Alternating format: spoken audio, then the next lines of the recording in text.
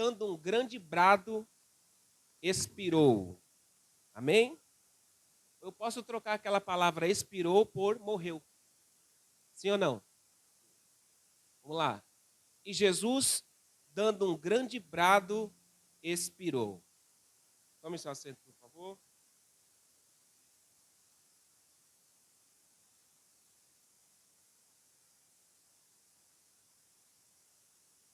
Meus irmãos, a morte de Jesus Cristo, ela trouxe para a humanidade um grande benefício.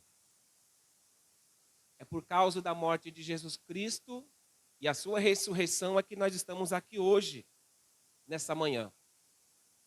Se não fosse por isso, ninguém estaria aqui hoje, sentado nesse banco, louvando, ouvindo a palavra de Deus. O que vai chamar a atenção é que a morte de Jesus Cristo, ela foi o cumprimento de um propósito de Deus, ou seja, estava dentro do propósito e do conhecimento de Deus. Em Atos dos Apóstolos, capítulo 2, versículo 23, está escrito: este homem foi entregue pelo determinado propósito e conhecimento antecipado de Deus, tornando-vos ou crucificaste e mataste pelas mãos de ímpio. O apóstolo Pedro está dizendo que a morte de Jesus Cristo estava dentro do propósito de Deus e o seu determinado conhecimento. Então a morte de Deus não foi algo que Deus não estava presente, ou que não estava dentro do seu propósito. A morte de Jesus Cristo foi um propósito antecipado de Deus. Deus enviou Jesus especificamente para isso, para morrer pela humanidade. E agora todos aqueles que aceitam o sacrifício de Jesus e acreditam que ele é filho de Deus, então Deus dá o poder de se tornar filho de Deus. A Bíblia diz que a morte de Cristo foi o cumprimento de uma promessa. O profeta Isaías, ele vai profetizar a morte de Cristo. No capítulo 53, no versículo 7, está escrito assim: ele foi oprimido e humilhado, mas não abriu a sua boca. Como cordeiro, foi levado ao matadouro. Ou seja, assim como um cordeiro foi levado para o matadouro para lá morrer, Jesus foi levado para a cruz do Calvário também para morrer por nós. Então, duas coisas aprendemos. A morte de Cristo foi o cumprimento de uma profecia. A morte de Cristo estava dentro do propósito de Deus. Estava tão dentro do propósito de Deus que quando Jesus vai falar para os discípulos que era necessário ele ser entregue na mão dos fariseus, ser morto pela mão dos ímpios, o diabo vai tomar a vida de Pedro e ele vai começar a dizer: tenha compaixão de ti mesmo, ó Senhor. Jesus vai virar para Pedro e vai dizer: apartai-vos de mim, Satanás. Ou seja, dentro do propósito de Deus, Jesus teria que morrer na cruz do Calvário. Satanás, sabendo que se Jesus morresse na cruz do Calvário, salvaria a humanidade, o diabo vai usar Pedro para dizer para Cristo não ir para a cruz, para morrer na cruz do Calvário. O próprio Jesus, no capítulo 16, verso 21, vai falar da sua própria morte. Ele vai dizer: é necessário que o Filho do Homem seja entregue na mão dos fariseus, dos escribas, dos judeus, para ser morto pela mão dos ímpios. O próprio Cristo anunciando a sua morte. Agora, o que chama a atenção é que na paixão de Cristo, quando as pessoas assistem o filme, vendo Jesus sendo maltratado, vendo Jesus sendo chicoteado, as pessoas choram, e choram de tristeza. As pessoas se comovem. E é verdade, Mas nós não devemos chorar, nós devemos se alegrar, porque foi através desse sofrimento, foi através dessas chicotadas, através dessa coroa de espinho, através de Jesus Cristo morrer na cruz, é que a salvação foi aberta para todo aquele que crê e acredita no sacrifício de Jesus. Nessa morte, as pessoas assistem e choram de tristeza. Alguns ainda falam assim, ó, meu Deus, por que aconteceu isso com Jesus? Estava dentro do propósito dele, foi profetizado pelos profetas, e o próprio Cristo diz, é necessário que eu morra na cruz do Calvário. Agora, existem alguns benefícios da morte de Cristo. Quando Cristo morre na cruz do Calvário, alguns benefícios se abrem para o ser humano. E o primeiro deles, que Jesus morre na cruz pelos nossos pecados. 1 Coríntios, capítulo 15, no versículo 3, está escrito assim: antes de tudo, vos entreguei o que também recebi, que Cristo morreu por nossos pecados, segundo as Escrituras.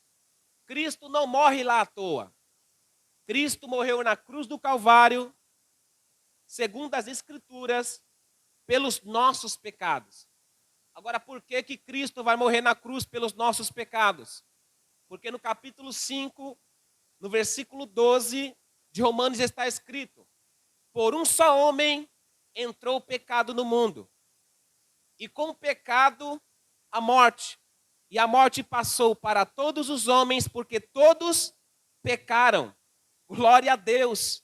Então, por um só homem a morte entrou no mundo, e com o pecado a morte. E o apóstolo Paulo continua dizendo, Romanos 3, 23, porque todos pecaram e estão destituídos da glória de Deus. Agora eu entendi porque Cristo vai morrer na cruz do Calvário. Por quê? Porque todo ser humano pecou. Todo ser humano está debaixo do pecado. E por causa de estar debaixo do pecado, todos, sem exceção, rico, pobre, quem não tem casa própria, quem mora de aluguel, estão destituídos, fora da glória de Deus. Como um Deus é amoroso, e sabendo que toda a humanidade está banido da glória de Deus, Deus vai enviar então Jesus Cristo ao mundo para morrer na cruz do Calvário. E ele diz, para todo aquele que nele crê, não pereça, mas tenha a vida eterna. Ou seja, entre na sua glória. Aleluia! Esse é um dos propósitos da morte de Cristo. Segundo, para levarmos a Deus. 1 Pedro, capítulo 3, versículo 18 está escrito: pois Cristo padeceu uma única vez pelos pecados, o justo pelos injustos, para levarmos a Deus. Glória a Deus, porque Cristo morreu na cruz do Calvário para levar-nos a Deus. O homem, por suas próprias justiças, não chega a Deus. O homem, pelas suas boas obras, não chega a Deus. O homem, pelas suas boas ações, também não chega a Deus. Só podemos chegar a Deus através da morte de Cristo na cruz do Calvário. Eu posso não fumar, não adulterar, não mentir. Eu posso ser que nem um jovem rico, que guarda todos os mandamentos. Ele não matava, não roubava, não adulterava, não dava falso testemunho e honrava pai e mãe desde a sua juventude. Jesus olhou para ele, o amou e disse, só que ainda te falta uma coisa. Vende tudo que tem, dá metade aos pobres, vem e segue-me. Ele está dizendo para o jovem rico, renuncia aquilo que ainda domina o teu coração e vem e segue-me. Jesus está dizendo, você guarda todos os mandamentos, legal, mas tem que me seguir, porque só através da minha morte você chega até a Deus. Aleluia! O próprio Jesus, ainda no ministério, na terra, ele disse para os discípulos no capítulo 14 de João, verso 6, eu sou o caminho, eu sou a verdade, eu sou a vida. Ninguém vai ao Pai a não ser por mim. Não tem ninguém, nenhum santo na terra que possa nos levar a Deus. O único que pode nos levar a Deus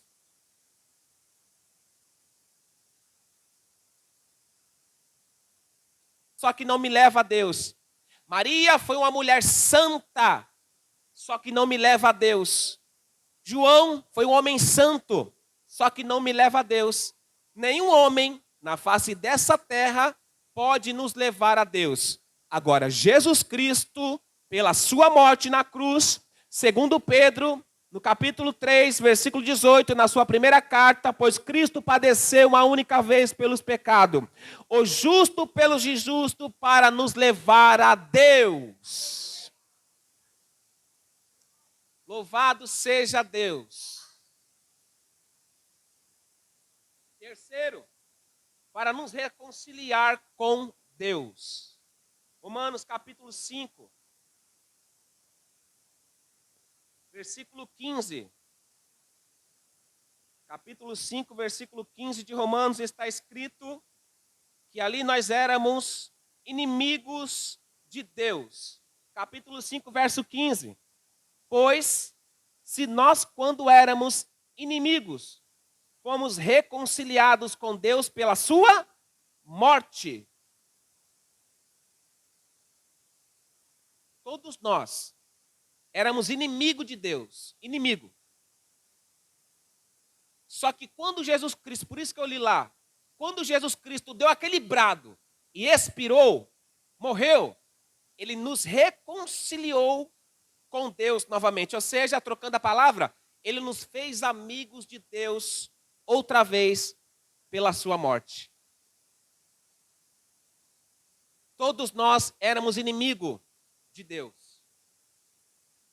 Ou seja, o apóstolo Tiago, no capítulo 4, verso 4, diz, adúlteros, não sabeis vós que a amizade do mundo é inimizade contra Deus? Portanto, todo aquele que quer ser amigo do mundo se torna inimigo de Deus.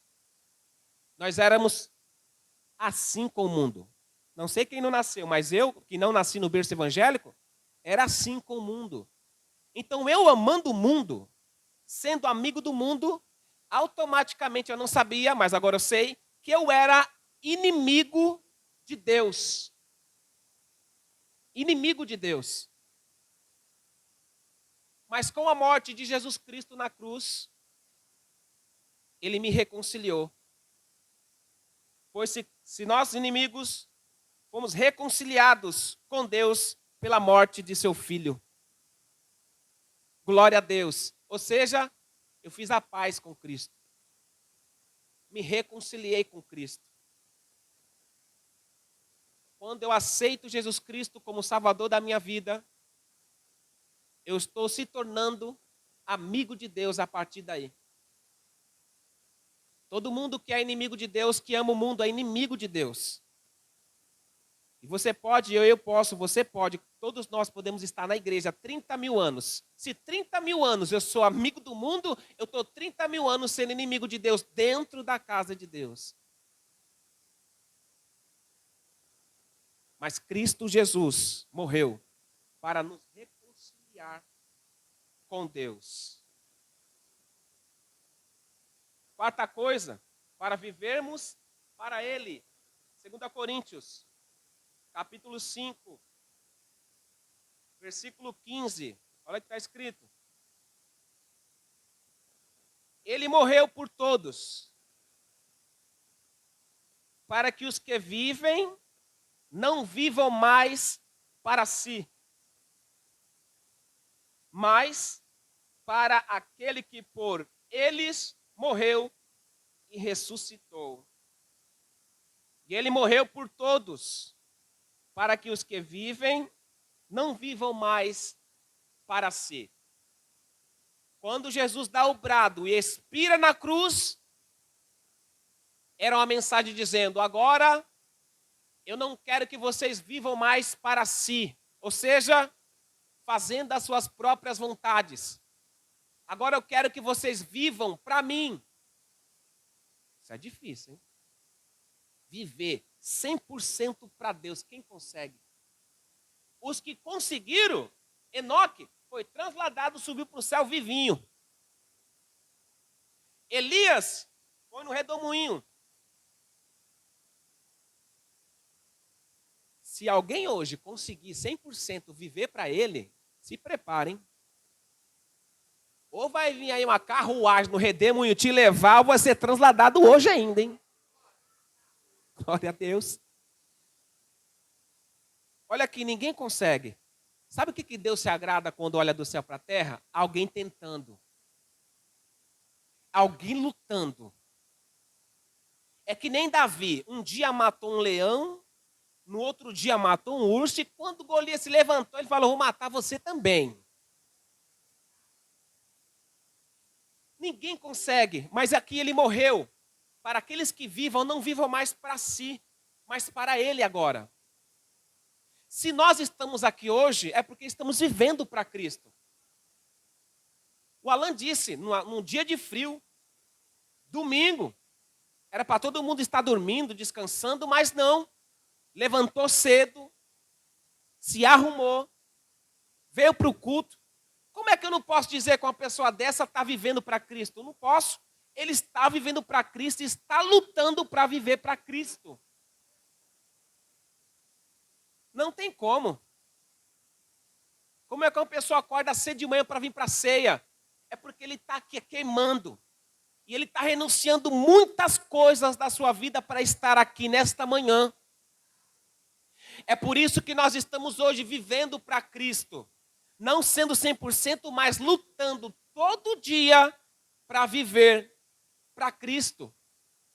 Por isso é que ele morre na cruz do Calvário. Para aqueles que vivam, não vivam mais para si. E foi o que Jesus disse quando ele estava no seu ministério em Mateus 16, 24. Jesus disse: quem quiser me seguir, negue-se a si mesmo. Tome a sua cruz e siga-me. Jesus está dizendo: vocês querem me seguir, então negue-se a si mesmo.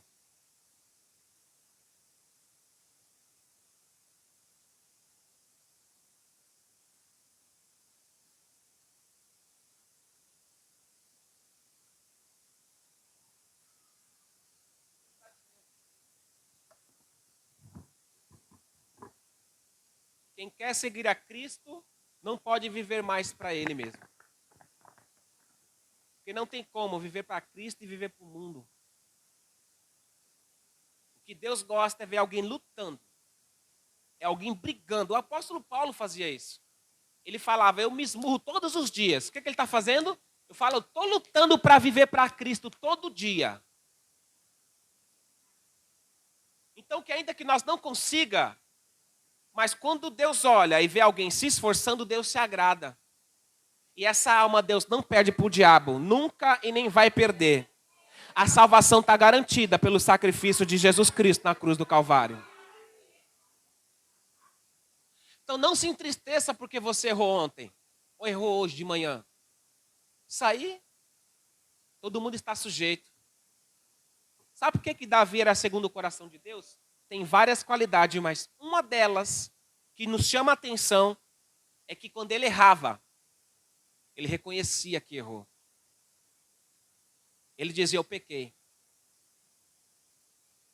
O profeta disse: Deus te perdoou, mas a espada vai passar na tua casa.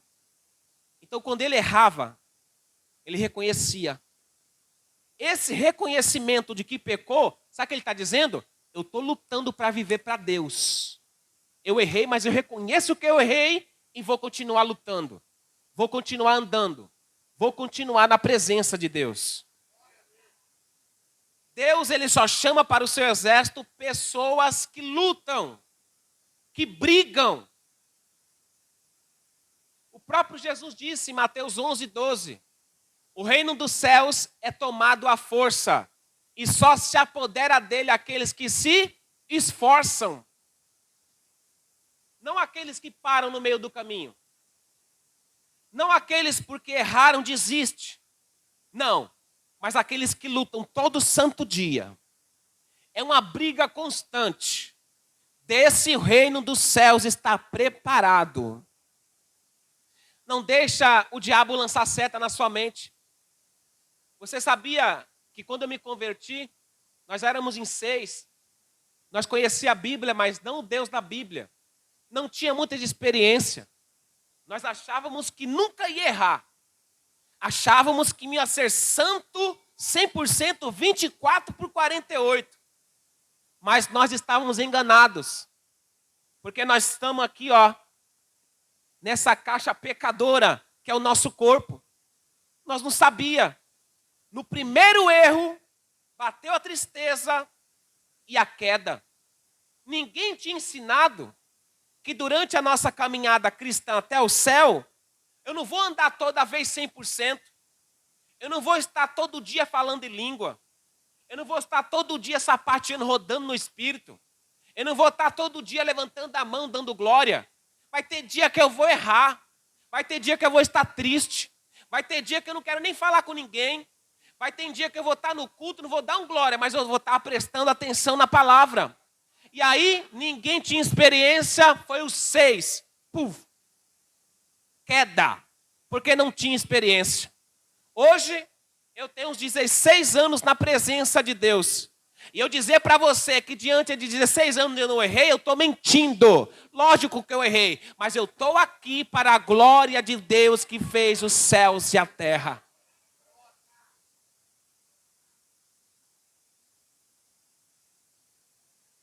O quinto, para nos dar acesso, foi onde eu acabei de ler. Em Mateus capítulo 27, verso 51, é a mesma passagem. Quando Jesus expirou, a Bíblia diz que o véu do templo se rasgou, de alto a baixo. Por que não de baixo para o alto? Porque a salvação não vem do homem para Deus, a salvação vem de Deus para o homem.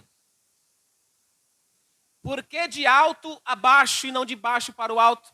Porque a salvação não vem de baixo, a salvação vem de cima.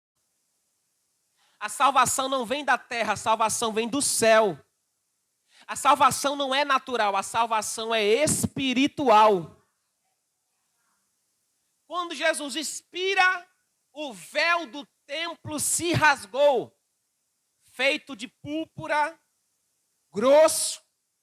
Segundo o historiador Flávio Joséfo, para cortar esse véu, tinha que ser 10 cavalos, 10 de um lado, 10 do outro. Aí fazia, aí rasgava, senão não rasgava.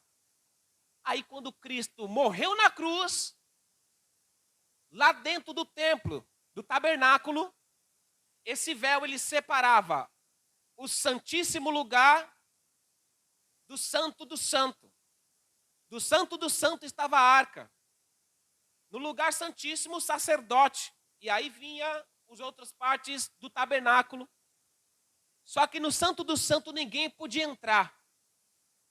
No santo do santo, no lugar santíssimo, onde estava a arca que representava a presença de Deus, ninguém poderia acessar. Somente um que era legalizado por Deus, o sumo sacerdote, ainda uma vez por ano. Ele entrava dentro do santo do santo, ficava perto da arca que representava a presença de Deus. O sacerdote comum não poderia. As pessoas comuns não entravam. E quem não era que tinha vontade de entrar lá? Todos. Quem não tinha a vontade de entrar no santo do santo e estar diante da arca de Deus que representa a presença de Deus? Todo mundo tinha, mas não tinha esse acesso. Louvado seja Deus. Deus olhou, a humanidade não tem acesso, eles querem entrar, eu conheço. Deixa eu fazer um negócio aqui que eles vão ter acesso. Jesus veio na cruz, expirou. Quando ele morre, você vê, quando ele estava vivo, o véu não rasgou, não. O véu só se rasga quando ele morre. Então, por isso que eu estou querendo trazer aqui a importância da morte de Cristo. Quando ele morre, diz alguns historiadores que houve um terremoto. Vou ficar sem terremoto, vou falar só que o véu se rasgou. A Bíblia diz que o véu começou de cima. Rasgou, rasgou, rasgou de alto a baixo. Era Deus dizendo para a humanidade: quem não tem acesso, agora tem acesso. Quem não tinha legalidade, agora tem legalidade. Quem não podia entrar na minha presença, agora tem a oportunidade de entrar na minha presença. Só não entra quem não quer, porque Jesus já fez tudo por nós. A presença de Deus é para o pobre e para o rico. O que me chama a atenção que na presença de Deus agora, Deus não faz acepção de pessoa. Não tem pobre, não tem rico, não tem povos, línguas ou etnias, nações. Todos podem entrar na presença de Deus pelo sacrifício de Jesus na cruz do Calvário. Aleluia! Labracalatu que anda, labracaiaté. E ele está aqui, a presença de Deus está aqui. Jesus já fez, já abriu o caminho. Você está esperando o quê para entrar? Entre. Se jogue, derrame o coração, confesse os seus pecados. Fala a palavra de adoração para ele. Jesus, eu te amo. Meu Deus, eu estou na tua presença, desfrute da presença do Todo-Poderoso. Só era o sumo sacerdote, hoje eu posso entrar, minha filha pode entrar, as nações podem entrar, as tribos e línguas podem entrar na presença de Deus. Louvado seja o teu nome, Jesus. Louvado seja o teu nome, Jesus. Louvado seja o teu nome, Jesus. Meu Deus, nós estava perdido, não podia entrar na tua presença, mas pela morte de Cristo, agora eu posso entrar. O autor aos Hebreus, no capítulo 10, verso 19, diz: tendo ousadia, irmãos, para entrar no Santo do Santo, pelo novo e vivo caminho que ele nos consagrou, isto é, pela sua carne. Agora nós temos essa autoridade, nós temos essa ousadia, que pelo novo e vivo caminho que ele nos consagrou, pelo véu, isto é, pela sua carne ou pela sua morte.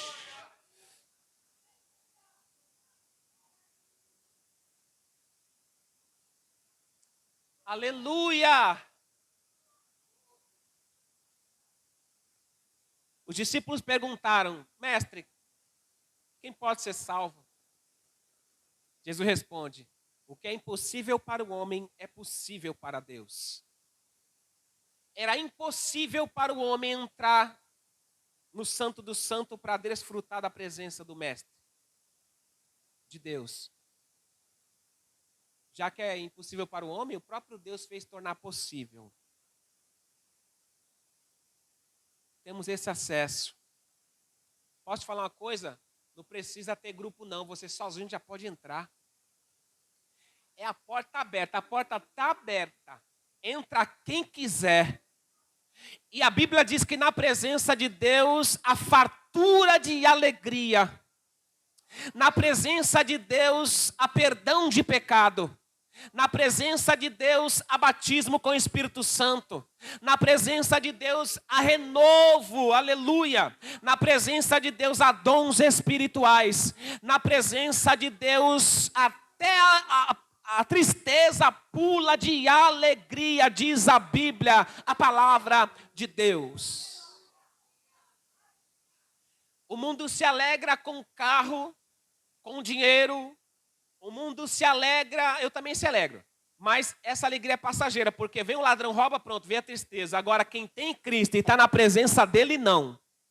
Pode a chuva descer, o rio transbordar, bater contra a casa, Aí está o crente lá na igreja, glória a Deus, glória a Deus, glória a Deus. Você vai conversar com esse crente, o sorriso está chegando lá na orelha. Aí alguém pergunta, mas rapaz, a chuva desceu, o rio transbordou, está batendo contra a tua casa e tu está dando glória, está glorificando, está alegre, sabe por quê? Porque na presença de Deus, abundância de alegria.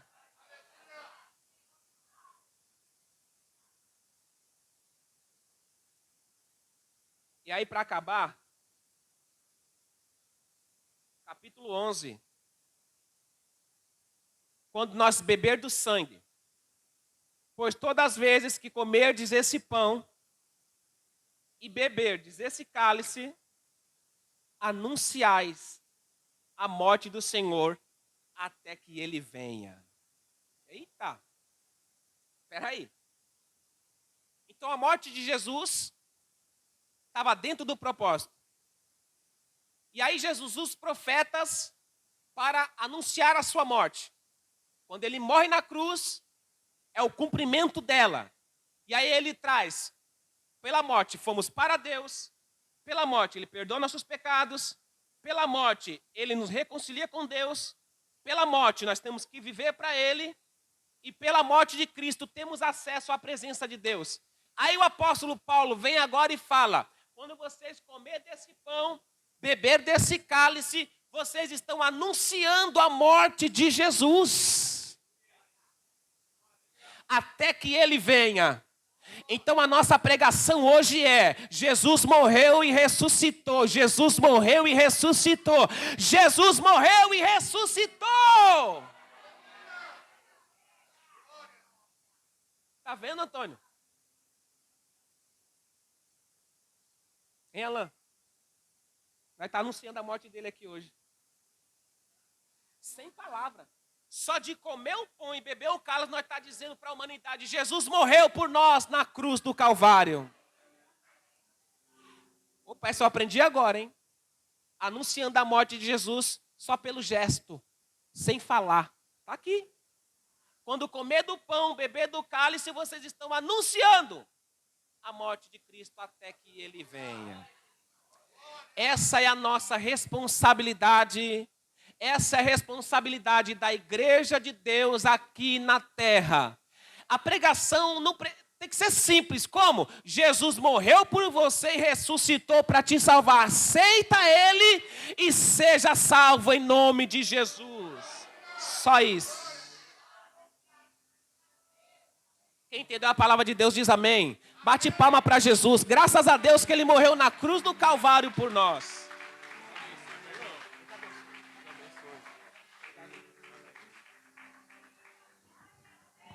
Glória a Deus. O véu que separava já não separa mais. A luz que outrora